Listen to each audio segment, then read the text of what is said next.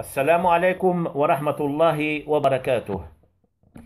Donc, ce que nous avons traité jusqu'à maintenant dans ce cours de la floristique partie 2, donc c'était la systématique des familles, des ordres appartenant à la classe des dicotylédones. Et cette dernière appartient au sous-embranchement des angiospermes. Angiospermes tout simplement parce que les graines sont bien enfermées dans une cavité que l'on appelle l'ovaire, donc elles sont bien protégées. À l'opposé, on trouve des gymnospermes dont les ovules sont nus. Donc cela, on en a parlé, et même on nous a parlé en cours avec professeur Madame Belfaiza. Donc je reviens aux angiospermes toujours. Donc ces angiospermes, à leur tour, sont divisés en deux classes, la classe des monocotylédones et la classe des dicotylédones. Donc pour cela, je vous présente juste un petit rappel sur ces deux classes. Alors pourquoi on les appelle dicotylédones, monocotylédones? Alors tout simplement parce que au moment de la germination de la graine quand elle trouve des conditions propices, donc elle va germer et va donner naissance au cotylédon. Alors dans le cas des dicotylédones, il va avoir formation de deux cotylédons, c'est-à-dire deux ébauches foliaires. Donc les prochaines feuilles les appelle donc des ébauches foliaires. Et dans le cas des monocotylédons, ça va donner juste un seul cotylédon. Donc, il y a la différence majeure entre les monocotylédones et dicotylédones. Alors, il n'y a pas que ça, il y a d'autres caractères qui différencient entre les deux, notamment les feuilles. Alors, les feuilles des dicotylédones ont un limbe à nervures divergentes et variées. Donc, on trouve des nervures qui sont de type, par exemple, peiné, de type palmé, etc. Alors que les feuilles des monocotylédones sont souvent des feuilles qui sont très simples, elles sont linéaires et rubanées, mais elles sont à nervation parallèle et non pas diversifiées ou bien ornementées, etc., mais elles sont parallèles. Donc, Hadi également est une différence majeure qui reste donc un caractère de distinction entre les deux classes. Alors, en plus de ça, sur le plan anatomique, bien sûr, au niveau de la structure anatomique, chez les dicotylédones, on trouve donc les formations primaires et les formations secondaires. Les formations secondaires, donc, ce sont ces formations qui donnent, si vous voulez, un bois ligneux, un tronc épais. C'est pour ce fait également qu'on trouve des arbustes, des grands arbres, etc. Alors que chez les monocotylédones, on ne trouve jamais ces formations secondaires pour avoir un tronc ligneux, un tronc épais comme ceux que l'on trouve chez les dicotylédones. Donc c'est pour cela que toutes les monocotylédones sont des herbacées. On ne trouve jamais des arbustes ni des arbres. Donc là, toutes les monocotylédones sont des arbres, sont des herbacées. Alors, on trouve parfois des formes arborescentes au niveau des monocotylédons, tels que le palmier, par exemple, tels que le dragonnier même. Alors, ce ne sont pas de vrais arbres sur le plan anatomique. Alors, elles ont pris de la forme arborescente, elles ont atteint une grande hauteur, tout simplement parce que les faisceaux criblovasculaires sont en surnuméraire. Donc, ils sont sur beaucoup de cercles. Donc, c'est pour cela qu'elles ont pris de la forme arborescente. Donc, tel que le palmier. D'accord? De même, on peut dire également que les dicotylédones, ils sont moins évolués que les monocotylédones. Donc les monocotylédones, ils se sont apparus récemment, donc ils sont beaucoup plus évolués. D'accord? Et au sein des monocotylédones elles-mêmes, il y a donc un groupe de plantes, un groupe de plantes qui ont encore beaucoup évolué, et on verra ça plus loin. Alors, donc, on va essayer donc de traiter maintenant la systématique ou bien la systématique de la classe des monocotylédones. Introduction.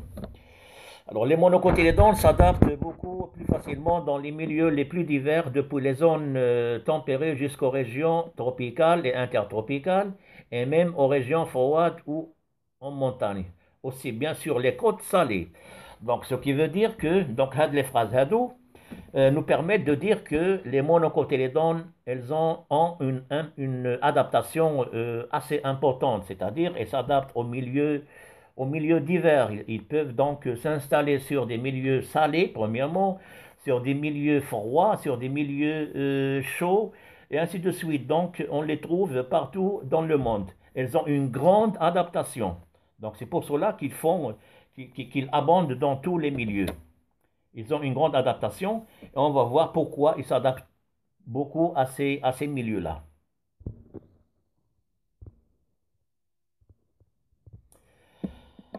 Voilà, alors les monocotylédones ont un aspect très caractéristique. Elles ont souvent des bulbes, des tubercules et rhizomes. Alors effectivement, alors les bulbes, exemple les oignons, le bsala que vous mangez, donc c'est des bulbes.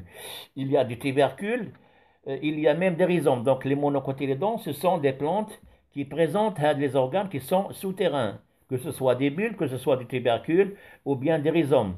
Et au niveau du type biologique, si on veut dire, ce sont donc des gyophytes à bulbes, des gyophytes à tubercules et des gyophytes à rhizomes. Donc le plus souvent, ce sont les monocotylédones qui présentent des organes souterrains. Peut-être on trouve quelques-uns chez les dicotylédones, les tubercules de la pomme de terre. Donc la pomme de terre, c'est des tubercules en fait. Alors, de même, la racine principale chez les monocotylédones s'avorte. Et effectivement, donc, il n'y a pas une racine principale, une racine pivotante qui s'enfonce profondément, mais plutôt de la racine principale et s'avorte toujours. Et elle est remplacée par de nombreuses racines fasciculées très fines. Des racines fasciculées très fines parce que ce sont des petites herbacées. On ne trouve pas des arbres, comme je viens de dire, chez les monocotylédones. Donc juste des herbacées qui vont avoir que donc ces racines très fines, des racines fasciculées, ainsi de suite. Alors les feuilles sont toujours simples, en nervation parallèle. Alors donc on en a parlé. Alors les feuilles sont en nervation parallèle, elles sont simples, elles sont linéaires, elles sont rubanées et elles se prolongent. Donc généralement les feuilles des monocotylédones, elles se prolongent en bas de la tige en une gaine. Donc il y a une gaine qui prolonge les feuilles, le limbe foliaire et qui permet donc la fixation de la feuille à la tige. Donc il se prolonge souvent de cette gaine et on appelle ça donc des feuilles engainantes. Et souvent surmontées d'une légule. Il y a également une légule entre le limbe foliaire et la gaine. Donc c'est au milieu, il y a une légule. Alors, les tiges sont de type herbacé. Donc, sur le plan anatomique, les tiges présentent une formation herbacée, des formations primaires, car l'évolution simplifiée a fait disparaître les formations secondaires. Donc, par évolution, il y avait disparition de toutes ces formations secondaires que l'on trouve chez les dicotylédones. Et ce caractère herbacé, donc des monocotylédones, se trouve chez les espèces ayant le port arborescent. Se trouve même chez les espèces ayant le port arborescent. Voilà, donc le palmier et le dragonnier, et le dragonnier sont des monocotylédones. Le palmier, ça vous paraît comme étant un arbre, mais en fait, ce n'est pas un arbre. Il a pris de la forme arborescente, et cela est dû au nombre élevé des vaisseaux criblovasculaires. Des vaisseaux donc qui conduisent de la sève brute et élaborée. Le xylème et le phloème, qui sont en surnuméraire sur plusieurs cercles. Donc c'est pour cela qu'on trouve ces formes herbacées chez les monocotylédones et on ne trouve jamais des arbres et des arbustes. Alors les fleurs sont généralement de type, voilà, 3 plus 3, 3 plus 3, 3 plus 3. 3 plus 3 tépales. T, c'est les tépales. On va parler des tépales tout à l'heure. 3 plus 3, E. 3 plus 3, carpelle. Alors 3 plus 3 parce qu'il y a deux cercles, deux verticilles, des tépales. 3 sur un cercle interne et 3 autres sur un cercle externe. De même pour les étamines, ils sont en nombre de 6 qui sont répartis sur deux verticilles. De même pour les carpelles, parfois on trouve 6, parfois on trouve 4. Alors les tépales. Alors également le périanthe. La dernière fois, peut-être, on a parlé d'un périanthe simple et d'un périanthe double. Un périanthe double caractérise toujours la classe des dicotylédones. Un périanthe double, c'est quoi? C'est-à-dire à la fois, il existe un calice et une corolle. Et un périanthe simple qui caractérise les monocotylédones, c'est que le périanthe, il nous montre que des pièces qui sont toutes semblables, de même forme, de même couleur, etc. Et on les appelle des tépales. Donc on n'arrive pas à distinguer entre les sépales et les pétales. Donc elles ont pris une même forme, une même couleur. Donc on les appelle des tépales. Donc ils sont répartis en 3, 3, 3. Donc c'est pour cela qu'on dit que les fleurs des monocotylédons sont des fleurs trimères. Donc la répartition est faite ainsi. 3, 3, 3. 3 tépales, 3 étamines, 3 carpelles. Les fleurs sont de type 3. Donc hada, c'est une caractéristique reproductrice, si vous voulez, de la classe des monocotylédones. Alors ici, je vois, c'est le dragonnier. Le dragonnier, donc il a pris la forme arborescente, bon, est une monocotylédone. Alors, il y a très longtemps, ça a été considéré comme étant un arbre ou bien une espèce des îles Canaries. Mais dernièrement, ça a été inventorié au Maroc, dans le Haut-Atlas, par le feu Ben Abid, Layahmo. Donc, c'est lui qui a inventorié l'arbre qui se trouve dans le Haut-Atlas. Donc, on l'appelle le dragonnier. Il existe donc même au Maroc et précisément dans le Haut-Atlas. Donc, c'est le dragonnier, une monocotylédone pour ne pas le confondre avec une dicotylédone. Voilà donc de près comment il se présente, donc son aspect général, les feuilles, etc.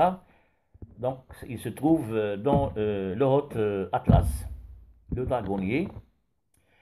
Voilà, alors, la classification des monocotylédones. Alors, on trouve des monocotylédones qui sont à caractère archaïque. Donc, comme je vous ai dit la dernière fois, dans chaque groupe de plantes, on trouve des formes évoluées et des formes primitives et des formes même qui sont intermédiaires. Alors, on trouve des monocotylédones qui sont à caractère archaïque, primitif, tels que les palmacées. Le palmier, par exemple, est une monocotylédone appartenant à la famille des palmacées. Elles présentent encore des caractères primitifs au sein des monocotylédones. Il y a des monocotylédones à caractère typique tels que la famille des Liliacées, la famille par exemple des albasla, des oignons, des ail, les Liliacées. Il y a des monocotylédones à caractère évolué tels que la famille des graminées et les orchidacées. Alors tout à l'heure quand je vous ai parlé au sein des monocotylédones comme quoi il existe des espèces qui sont beaucoup évoluées, alors il s'agit bien de ce groupe des orchidacées, les orchis. Ce sont des plantes qui sont beaucoup évoluées et qui se sont apparues récemment. Et je m'arrête à ce niveau-là et on va continuer donc toujours sur les monocotylédones sur une nouvelle vidéo, Inch'Allah. Et merci pour votre attention.